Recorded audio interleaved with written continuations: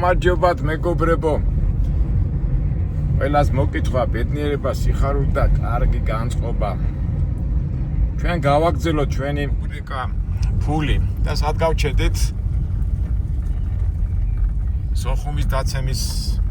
იმას ვიხსენებდით, ხო? ეხლა მინდა ასე ვთქვათ იმიტაცია გავაკეთოთ, აი როგორ სოხუმის დაცემის შემდეგ როგორ გზებზე მოვდიოდით,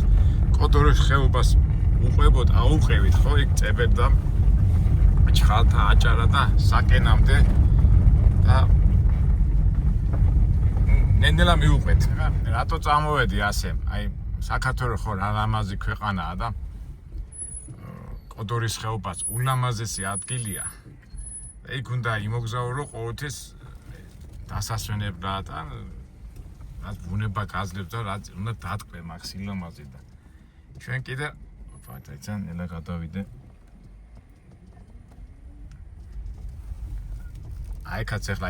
ვამსგავსებ ეს კოჯრის მიდამოებს იმ კოდორის ხეობის მიდამოებს ახლა ცოტა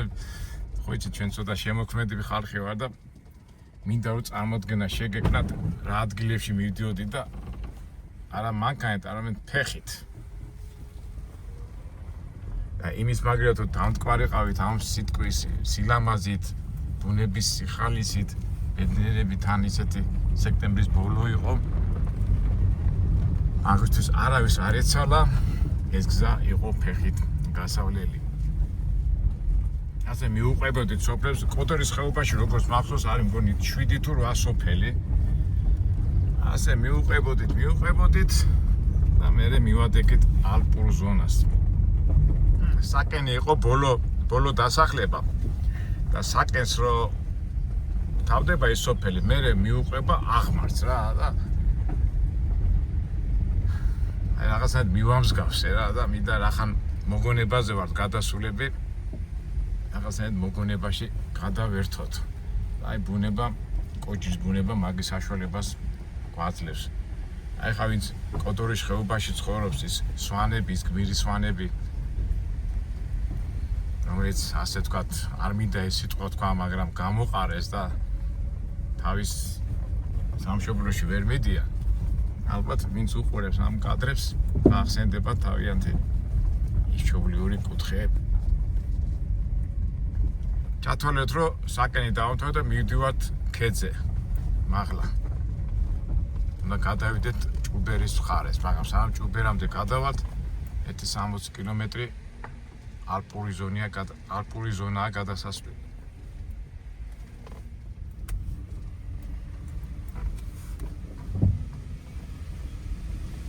ეს დღე დამთავრდა და იწყება ალპური ზონა საკენი ჭუბერი გზაზე. ჩავთვალეთ, რომ ავდივართ აღმართზე და უნდა გადავლახოთ ეს ქედი.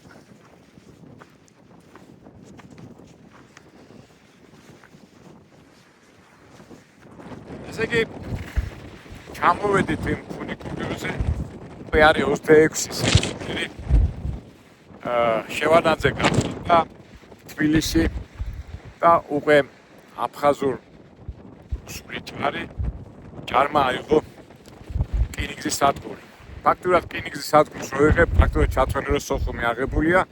მაგრამ უკვე მოსახლეობამ დაიწყო მოძრაობა. ჩვენ მებრძოლებს ავტომატები კი გვაქვს, მაგრამ რა გინდა 30-35 მჭიდი და იმ პოზიციაზე გადახვედი, რომ თუ ვინმე მოვიდო და დაიცავდა, თორე სროლას აზრი არ ქონდა და ველოდებოდით რაღაც ძალას, მაგრამ ის სრულ ქაოსში ჩავარდა და რა მეთაური გენო ადამიანი მყარია, მეთაურები მწვები არიან და ისეთი მომენტია, რომ ასე თქვა თუ უშველო თავს. მაგრამ როგორია ახლა? მეთაური ალები, ბავშვები, ტომები თავიანთ სახლებს ამოსულს ცენტრალური უბნებიდან და მიდიან თბილისის ხარე, უცხოური აჭარის ხარეს და ყველას ცდილობს, რომ კოდორის ხეობას აუღეს. მაგრამ სიმართლე ითქვას, რომ აი ია ყარყარაშვილი ბოლო წუთამდე სოხუმში და მერე უკვე იყო 10 კაციანი, 5 კაციანი, მაქსიმუმ 20 კაციანი გუნდები, იქ სოხუმის ბატალიონი და აი კოორდინაცია თითქოს ჰქონდა, მაგრამ იარაღი და ჭყია წამალი არ ჰქონდა და რა გინდა რო ქნა. ამასობაში მე რუსულმა ავიაციამ დაიწყო დაბომბვა სოხუმის და ამ განმოსევით ჩვენ გვიხაროდა ის რომ ჩვენი მიწვეულები თბილისში წასულები იყვნენ, მაგრამ იმის იმედით რომ ვინაიდან კოდორის მდინარე უკვე დაკეტილი იყო იქ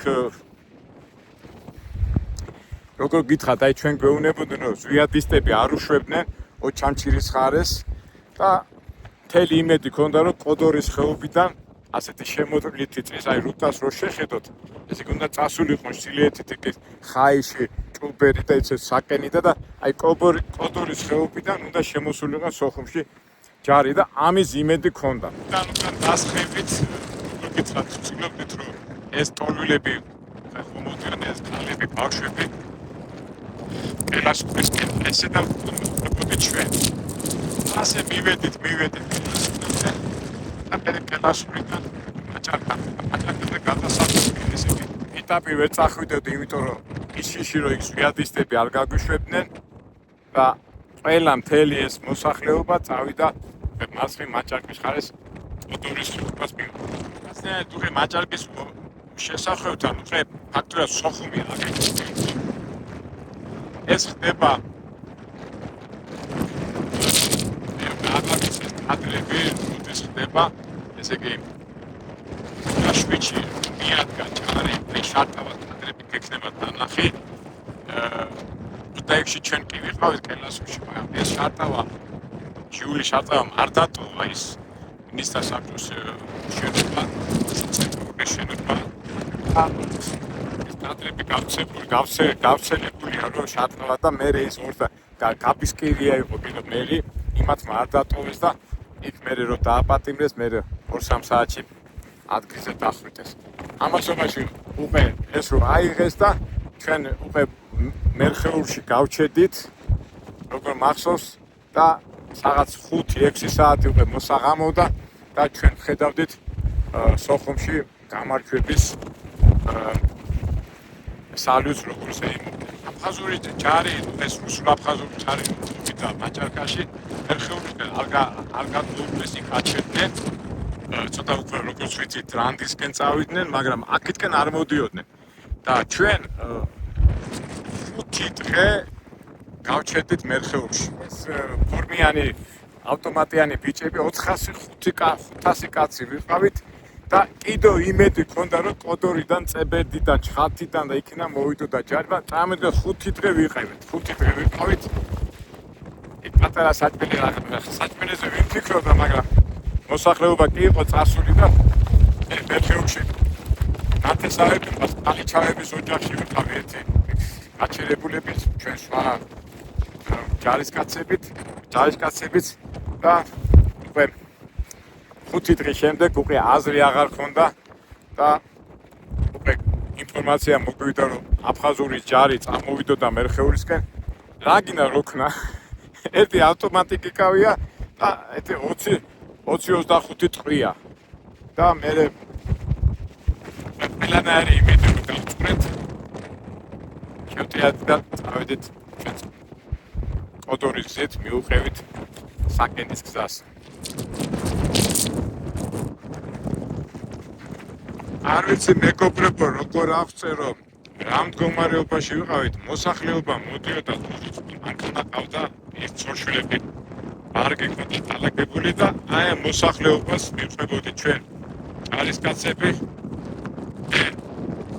ავიც ეს დამცირებული განადგურებულები უსუსურები იქნებოდნენ ყველაფერთან ეს ალბათ ეს უნდა გახდება და აღწერო ეს სიტუაცია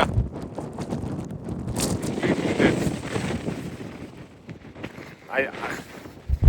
როგორ გითხრათ განადგურებული მოდიხარ რა და ეს დაწონწილი მოწონწილი რუსებს აქვს ასე ვთქვათ დაჩმორებული კი ვითომ გინდა ბრძოლა მაგრამ სურვი არა გაქვს სურვი რომ იმიტომ მიტოვებული ხარ, იქ ზვიათისტებზე ხარ უკმაყოფილო, აქეთ არ შენ თავრობაზე, ხო? და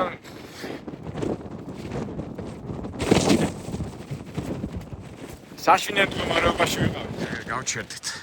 აქ ისეთი ქარი არ არის და ჩემი სათქმელი რო ვთქვა. წეღანავს თქვი მერხეულში ნათესავი მყავდა და ეს ხარე მე კარგად ვიცოდი, იმიტომ ცოტა სოხუმი 23 კილომეტრში არის სოფელი წებელდა, ისტორიული წებელდა და იქ მთელი ბავშვობა გატარებული. დეიდა ჩემს იქ ავყავდით და კავშირი მქონდა ჩემ დეიდაშო, ჩემი დეიდაც წამოვიდა და რაღაცნაირად ასე ხო მოვდივა და დეიდა ჩემი დამხვდა წებელდაში. და კიდო იმედი მქონდა ხალხო წებელდაში ეს ჯარი მოვიდოდა, მაგრამ მე ვუთხარი დეიდა ჩემს და ჩემ ნათესავებს აზრი არა აქვს. სამწუხაროდ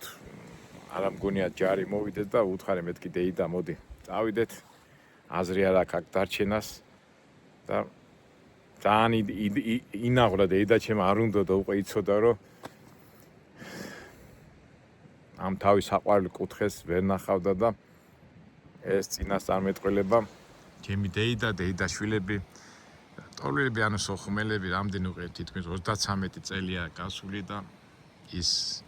მშობლიური კუთხე სადაც გაიზარდნენ, სადაც ცხოვრობდნენ, სადაც ხარობდნენ დღემდე ნანახი არ აქვთ. ხო და უკვე დეიდა ჩემთან ერთად ნენელა წამოვედი. ავტომატი მიკავია დიდი სამით, მაგრამ რა გინდა კონდეს ჯოხი კონდეს. ჩემი მეგობრებიც იყვნენ, ჩემი დედაშვილები შევიკრიფე და ესე ასე ნელა შეუდექით კოდორის ხეობას. ძალიან ბევრი ხალხი მიდიოდა, ძალიან ბევრი ხალხი და კოდორში არის მგონი 7-8 სოფელია და ეს სვანები მოსახლეობა რაც ქონდათ, ეხლა წარმოიდგინე ამდენი ზღვარია და იქ ხილი ქონდათ, ვაშლი ქონდათ, რაღაცა ჩირი ქონდათ, იქ რაღაცა სულ აძლევდნენ რა ლათა, ჩხალთა და საკენი იყო ბოლო ასეთი გასაჩერებელი ადგილი. და რატო გულისხმობ გასაჩერებელი ადგილს, იმიტომ რომ აი ეხლა წეღანას რო ავდიოდი, ხო იყო თქვა აქა და აი ეს ფერდობი ანუ ალპურ ზონაზე უნდა გადაგევრო 60 კილომეტრი და მე უნდა დაშვებული ყავ და იქ იყო ჭუბერი. მაგრამ მთელი პრობლემა იმაში იყო, რომ ეს უნდა გადაგევლო ერთ დღეში, იმიტომ რომ უკვე ფაქტურად სექტემბერი უკვე ოქტომბრის თვე იყო, რაღაცა 6-7 ოქტომბერი, მე ხო 5 დღე 6 და უკვე სიცივეები დაიწყო თან ალპურ ზონაში და რა გვიჩიეს სვანებმა, რომ ჯობიო დილიდანვე დაიწყოთო, წასვლო რომ ეს 60 თუ 62 რამდენი კილო 62 კილომეტრი უნდა გადაგელახა იმ ერთ დღეში. თან ახლა მოსახლეობა ხომ მოდიოდა, ვისაც ზოგიერთს ყავდა მანქანა და ეს მანქანა ჟიგულები, ეს სუბუგი მანქანები იმ აღმართზე ვერ ადიოდნენ. ერთადერთი იმ აღმართზე ავიდოდა სამხედრო ურალები და აი სამხედრო მანქანები რო იყო სამხიდიანები და ისიც სამხედროებს არ ქონდათ და თვითონ სვანებს ვიღაცას ხო ქონდათ იმ გლეხებს და ისინი ცდილობდნენ რომ დასვავდნენ ამ ტოლილებს, ქალებს, ბავშვებს და აი ამ გზას მიუყვებოდნენ. ერთხელ ორჯერ კი აიყვა, მაგრამ მე საწვავი ხო გინდა, უკვე საწვავი აღარ ქონდა და რა იქნათ აღარ იცოდნენ და ნუ უმეტესი ადამიანები აი ამ აღმართს მიუყვნენ ფეხით. ამასობაში სამხედროებიც კი მოდიოდნენ, მაგრამ უკვე ჩვენ მაინც გინდა რომ რა ხდება, ჯარი მოდის, არ მოდის და მოგეხსენებათ კოდორის ხეობაში შექმნილი იყო მონადირეთა აი ეს 92 წელს 9 თვე ემზარკვიციანის დამსახურებით მონადირეთა ასეთი ადგილობრივმა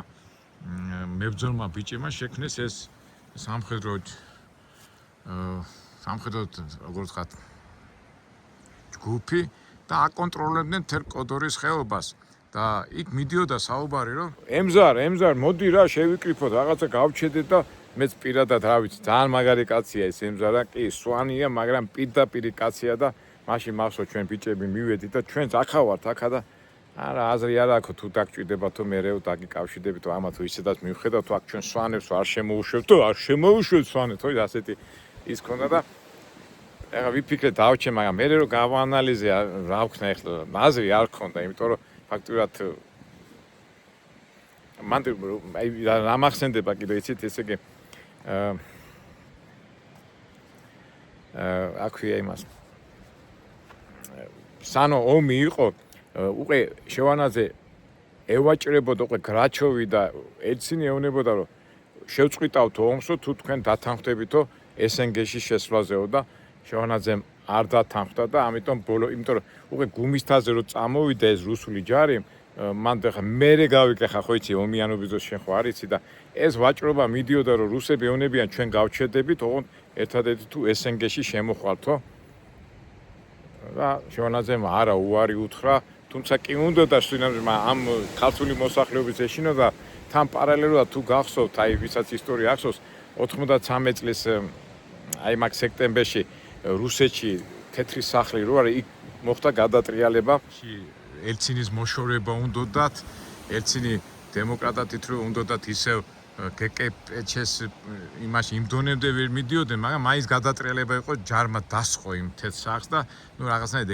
ელცინმა მოახერხა რომ დარჩენილიყო თანამდებობარი მაშინ პრეზიდენტი იყო და მე მგონი შევანაძეს იმედი ქონდა რომ არ მოსთხოვდნენ ამ SNG-ში შესვლას მაგრამ კოზინაცაში ჩაუვარდა ედუარდას პირიქით რუსეთი ითხოვდა შევათ SNG-ში შემოხვალ საქართველოს SNG-ში ომს შეწყვიტათო და აი ესეთი ნუ ესე ვიძახი რომ ისეთი ჩახლართული სიტუაცია იყო აი დღემდეც ვერ გარკვეული ვარ რა მოხდა ნუ მოკლედ და კონკრეტ რუსეთი ითხოვდა რომ საქართველოს შესულიყო SNG-ში მაგრამ საქართველოს იმ პერიოდში უარს ამბობდა მაგრამ საერთო ჯამში მე მაინც შეგვათრიეს SNG-ში და მაგაზე იყო მე საუბარი ამდენი სისხლის ამდენი დაღუპვა ღირდა მათ ბარემ თავიდანვე შევსურიყავი და ამდენი სისხლი და უბედურება არ დატრიადებოდა ჩვენ თავს ეს ამდენი ხალხი ხო გადადიოდა ხა წარმოიდგინეთ აფხაზეთში ამდენი 300,000 ქართველი იყო და ეს 200,000 მიადგა ამ თემს და ამ დროს როგორ მახსოვს უკრაინა დაგვეხმარა ძალიან მაგრად სამი ფრენი გამოუშვეს არა მარტო სამი ვერტმე გემებით იქიდან ნიკოლაევიდან ოდესიდან მოვიდნენ სამხედრო გემები და გულირიფშიდან და აგუძერედან ეს ტორილები მიყავდათ ფოთისკენ და აქეთკენ უკვე მოდიოდნენ ვერტფრენები და სამი ვერტფრენი აი როგორ მახსოვს გადაყავდათ ეს ბავშვები და ქალები და ერთ წუთი ამბავი მოხდა მე არ მოვსწრები ვარ უბრალოდ გავიგე ეს ნარჩენები ვნახე ესე იგი ვერტფრენში 25-30 ადამიანი ჩასდა ქალები ბავშვები და უკრაინელი ვერტფრენი ჩამოვარდა და ნეტავი არ მენახა რა ესე ახალი ჩამოვარდნილი იყო არა ჩვენ ხო გვიანავედით და 3 დღის ჩამოვარდნილი იყო რა ვიცი კი გაწმენდილი იყო ის ადგილი მაგრამ აი ესეთი აი წარმოიდგინე ასეთი ხევი იყო ასეთი ჩასავარდნი მთელი ხევი სულ მოფენილი იყო იმ ვერტფრენის ნარჩენებით და ადამიანების გვამებით და ნუ გაყვანილი იყო ის ბავშვები და ქალების გვამები მაგრამ ძალიან მძიმე სანახავი იყო და გულში ფიქრობ რა დავაშავეთ ამისთანა რომ აი ესე დღეში ჩავარდ და მოდი დაუბრუნდეთ ისე ამ საკენის იმას და ისე მოხდა რომ ჩვენ ცოტა გვიან წავედით უკვე ეს ხალხი გადასული იყო და მან უცბად თოვლი მოვიდა თოვლი და ასე მოფინა და ეხა ვინაიდან ალპური ზონა იყო ეხა ფიჭყი და იმას ვერ საიდან მოგეტანა და ეს კიდო ცალკე ბევრი ადამიანი გაიყინა არ ვიცი და აი რომ მივდიოდი და ერთი მოყინული ის იმათას დავეხმარე გადატანაში მე ჭუბერიდან ამოვიდა ეს ურალი და იმაზე ეს სხეულები გადავიტანეთ რა ნუ არ ვიცი აი ალბათ ამას მე უფრო წერილობითად დავწერ და აი იმ გადასვლაში და ჩემი ყოჩა გვერდზე მედგა უფრო ჩემზე უფრო მაგრამ მიდიოდა მაგრამ მე იმდენად ფსიქიკურად დავადე ის ვიყავი რომ ვინ არ ნახე ნოდარ ნათაძე იყო ზეიკიძე იყო გენერლები აი სამხედროები ყველა აი კინოები ხო გაქვს ნანახი აი ეს გერმანელები რომ მიჩანჩალებენ აი ესე მივდიოდი და აი ძამ ძიმე მოგონება აი როგორ თქვა როგორ გამოვსახო ალბათ ისეთი ნიჭი უნდა კონდეს რომ ეს რა ნიჭი უნდა ტკივილი იყო უზარმაზარი ისეთი ტკივილი რომ ვერ აღწევს ადამიანი ამბავს ალბათ ეს უნდა იგრძნო რომ ან ნაგრძნობი უნდა კონდეს რომ ეხლა მე რასაც გძნობ ის რომ შეითვისო ანუ შეიგრძნო თუ რა ვიცი აი ვერ ვამბობ გადავლახეთ ეს ქედი და როგორ მახსოვს 8 თუ 9 ოქტომბერი იყო ჩავედით ჭუბერში აი ჭუბერში უკვე გაერო და უცხოელების წითელი ჯვარი წითელი რა ვიცი ორგანიზაციები მოვიდნენ და უკვე ტოლულებს და ამ წამოსულ ხალხს ანაწილებდნენ მაგრამ იქაც პრობლემა შეიქმნა ეს წარმოიდგინეთ ტოლულები ჩამოდიან ჭუბერში და ბევრი ადამიანი წავიდა ჭიდო მესტიაში წავიდა შეიძლება იქიდან იქიდან ჩასულიყვნენ სამეგრელოს აცილებოდნენ და ჩასულიყვნენ ზუგდიდს მოშორებოდნენ იმიტომ რომ იქ იყვნენ ქობალია ზვიადისტები და ბევრი ადამიანს ეშინოდა რომ ეხა ისეთი ჭორები დადიოდა რომ აიქო იქიდან გადმოსულებსო იმასო იჭერენო ხრეტავენო აი არ ვიცი რატო ეს ჭორების ინსტიტუტი რა ცუდი რაღაცაა რა კიდევ ერთი სასიზღარი ჭორი გავცედა რომ აი ემზარკვიციანმა მე ჩვენ შევხვდით ერთი-ორჯერ ემზარკვიციანმა ისეთ რაღაცებს ამბობდნენ რომ ეს ვითომ ეს ტოლვილები და ეს გაუბედურებული ხალხი რომ მოდიოდნენ სოხუმში ეს სვანებიო ოქროებს და სიმდიდრეზე იმას ყველაფერს რაც ეხა ადამიანი რო გარბის ტოლვილი როა რაღაცა ისეთი ღირებული მოაქვს რომ ფიქრობს რომ მომავალში გამოადგეს ხო იმას რომ აუცილებლად აი სვანებიო ესენიო ისეთი ასეთებიო ამ ტოლვილებს რომ ოქროულობას და ფულებს და იმებს არ თმევენო და მანქანებს არ თმევენო და ფულს არ თმევენო და საიდან მოდის ეს ჭორები რატო მოდის მაგრამ ადამიანს ეთყობა ახასიათებს ეს ცუდი თქვა რა წართმევები რის წართმევები ხალხი გაუბედურებული იყო და იმას რა უნდა წაართვა შვილი მამა ძმა მკვდარი მიდის კი საქართველოში მიდის მაგრამ სახლი არა კარი არა ის არა სად მიდიხარ და შენ კიდო იმას არ თმევ ფულს და რატო ამ იმას რატო უცელებ ჭორს რა არ ვიცი რა და სიბინძურე სამწუხაროდ ეთყობა ადამიანებს ჩვენ მოყვება და არავითარ შემთხვევაში რა ყაჩაღობა რის ყაჩაღობა პირიქით რაც შეეძლოთ ეხმარებოდნენ და ვენაცვალე კოდორის სვანებს და მე იმის შემდეგ 2008 წლამდე ეკავათ ის კოდორი და ამ ჩვენმა ქვეშაძვია რა ვიცი ეს ნაციონალიზმის მიშა 20 წელი მან ისეთი ადგილია ერთი კაცი 20-30 კაცი იკავებდა 2008 წლამდე კაციშვილი ვერ შედიოდა ვერც რუსი ვერც აფხაზი და ჩვენი აფხაზეთი კი ვითომ დაცემული იყო კოდორის ხეობა არ იყო დაცემული და ამ ჩვენმა ქვეშაჯვია ბოდიშით ახლა ჩემ ლექსიკონში ეს არ არის და შუ დაცალეს და ყაჩაღებად და ქურდებად და რა ვიცი კაცის კვლელებად და იმად გამოაცხადეს ეს მონადირეთა კავშირი და გახსოვთ ხო 2008 წელს ისი აიღეს კოდორი ერთი ისი ტყვია არ გასროლილი აფხაზებად და იმიტომ რომ ჩვენებს იარაღი ჩამოაწყდა კრიმინალებად გამოაცხადეს და ემზარკვიციანი გააქციეს რუსეთის კაციაო რა აი არ ვიცი აი გიждები რა არის ეს პოლიტიკა ასეთი რაღაცა ემზარკვიციანი მეგობრებო ემზარკვიციანი 15 წელი კბილებით ეკავა ის კოდორის ხეობა 7 სოფელი რაღაცნაირად და ამ ჩვენმა რა ვიცი რა დავარქვა არ მინდა ეხლა ჩვენ არ მინდა ჩვენი ეთერი გავაბუნძურე ზემო აფხაზეთიო როდის იყო კოდორი როდის მე აფხაზეთი და ეს მე 2008 წელს გამოიყენეს და ზემო აფხაზეთი გახდა აფხაზეთის ნაწილი ერთი ტყვიაც არ გავადნილა და ნორაკვიციანი ისეთ კაი გამგებელი იყო და ფულს აკეთებს იმას ბიჭო კბილებით ეკავათ კბილები და მოღალატედ გამოაცხადეს მე ამათი და იმიტომ ვიძახი რა აი მოღალატეს ამ სიტყვებზე გამოუშვით ეს ცილის წამების კანონი რომ ეს ამ სიტყვას ასე ნუ პრაგნოთ ნუ ისვრით რა და რომ აღარ იქნება ესა და მიიღოს ამ თავრობამ ეს ცილის წამების და სისულელების რაღაცა რო აყრანტალებენ სიტყვა ყოველი სიტყვაზე კანონიერი ფორმა მისცენ ძალიან არ ვერ ვიგულე რა ხო რო ვიხსენებ რა აი როგორი უსამართლობა ტრიალებდა მაშინ და ეხლა ხო ტრიალებს და ტრიალებს და აი ესეთ მებრძოლ ხალხს ემლაკვიციანი ხიბლიანი პირველი რა ვიცი აი ბიჭები რომელიც შეეწირნენ იმას და ესენი არიან ვითომც არაფერი რუსეთის კაცი პუტინის კაცი ერთი წადი თუ რუსეთი კაი ხარ რომ გავარდეს ერთი ტყვია ერთი რაღაცა ერთი რას გააკეთებს ეს თაობა იქ რო დგანან და იქ რაღაც სისულელებს რო ლაპარაკობენ და რაღაცებს არ ვიცი აი ძალიან აი ნები აი ეხლა კი ცოტა ავღებდი მეგობრებო მაგრამ ნებისმიერს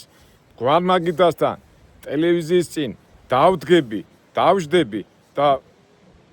აუხსნი სიტუაციას და ამ სიტყვებს უპრაგონოდ ისვრიან რუსი პუტინისტი მუტინისტი ვინც კი მაგას იტყვის მოვიდე დამიჯდეს და დამიტყვის ან საბუთი ან მაგალითი ან არგუმენტი რა უბედურებაა ესა რა ამ მეურმა ხა შვილები ყავ შვილიშვილები ყავ ნათესავები ყავ და ასე რატო უნდა გადაყარო ის არსული ასე არ ვიცი რა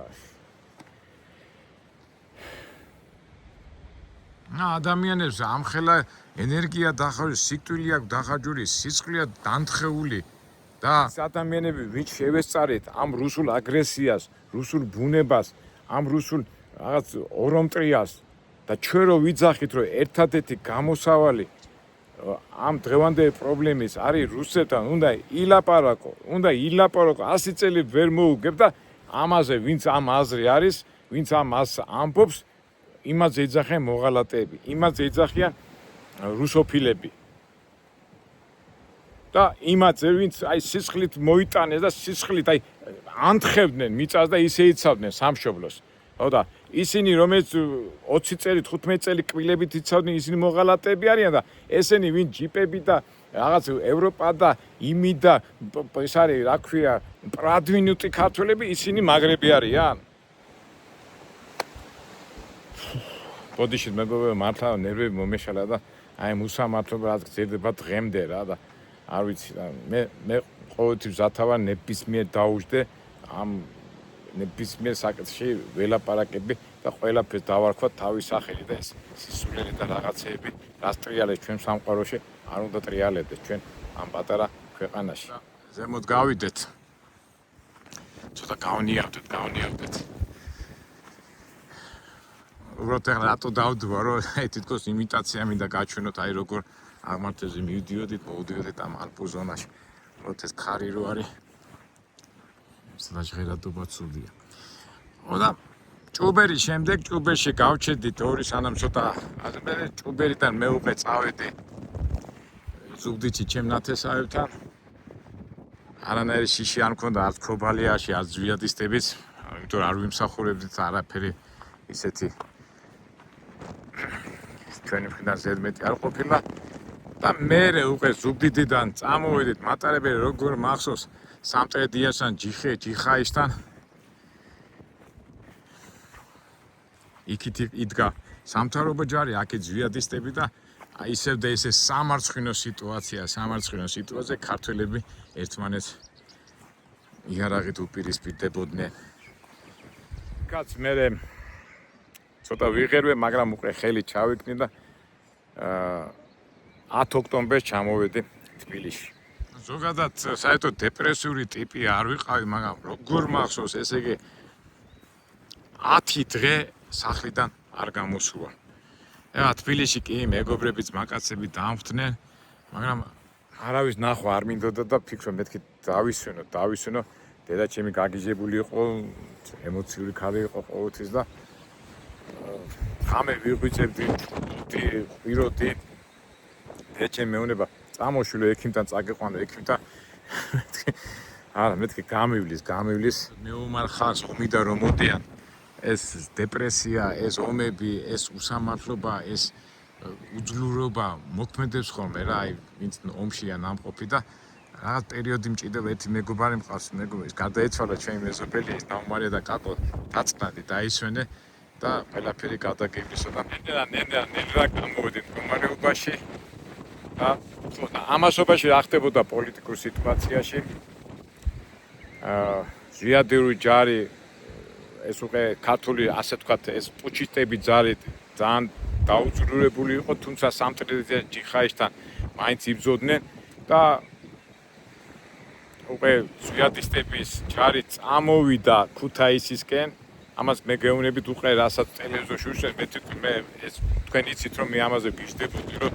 როგორ ეს ქართველები როგორ ებრძვიან ერთმანეთს და მე ბოლოს შევანაძემ თხოვა რუსეთის ჯარს ბალტინი იყო ასეთი გენერალი და გემი მოადგა ფოთს და გონი ეს რუსული ჯარი შემოვიდა ფოთიდან წამოვიდა და ესე იგი სადღაც გონი სამტრედიამდე და ქუთაისამდე გაწმინდეს ეს ასე თქვათ, აი როგორ თქვა ახლა თქვა გაწმენდას რო ვიძახი და ნუ აი ზვიადისტების ჯარი გაწიეს და ქობალია და ისინი მერე ტყეში წავიდნენ წალენჯიხეს და იმიდამოებში და ფაქტიურად მან გახსოვთ ხო როგორ იყო აი პოლიტიკური მას ესა მოგიყვებით ესე იგი ეს რუსეთი ხო ჩვენი მტერია ამას წყალი არ უნდა მაგრამ არ უნდა თქვა რუსეთმა გადაწყვიტა და ასეთი წინადადება თქვა რომ მოდიო საქართველოს ორ ნაწილად გავყოფო ესე იგი აღმოსავლეთიო შევანაძეს ეკუთვნოდესო და დასავლეთიო ზვიადისო რა ამოიდგენთ მეგობრებო აი როგორც ახლა ირანი და თურქეთი რო იყოფთა ხოლმე საქართველოს და მე თავის პოლიტიკურ ინტერესებს ატარებენ აი ესეთი წინადადება უთხრეს შევანაძე და ცალკე ზვიადის და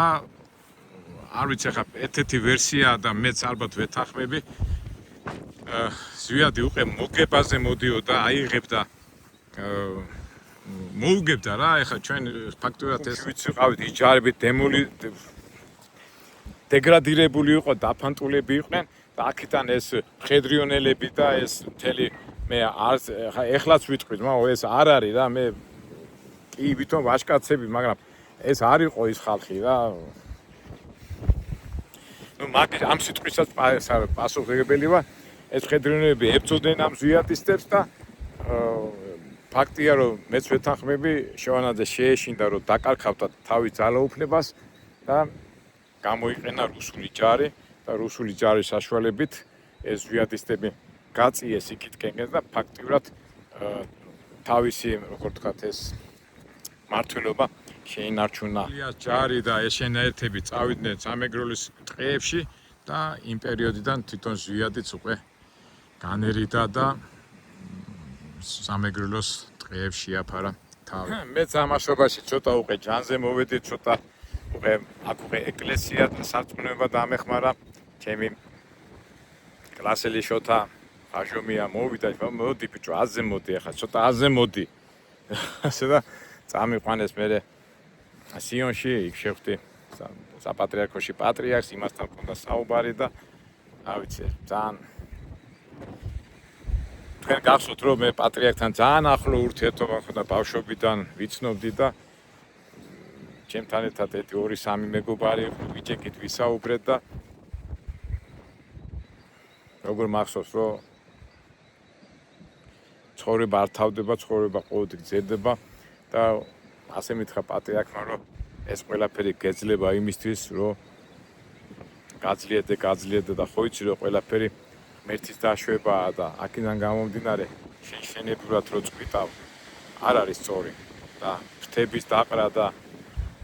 დეპრესია და არ არის ქრისტიანის საქმე. ქრისტიანი ნებისმიერ სიტუაციაში, ნებისმიერ ვარიანტში, რა თქმა უნდა, კარგია, კარგად რო ხარ ისე, მაგრამ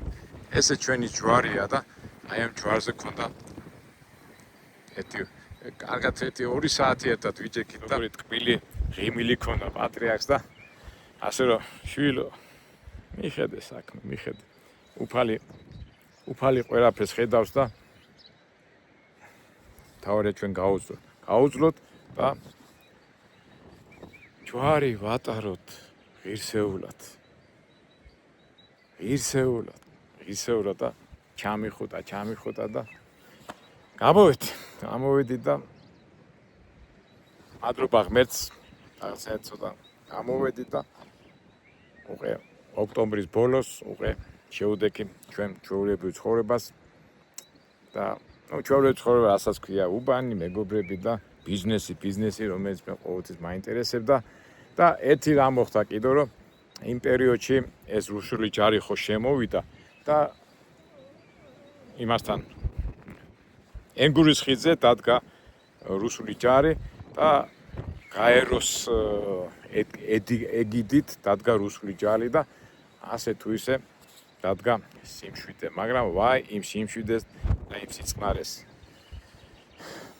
კარგით, ამას უკვე შემდეგ ვიდეოში მოგიყვებით.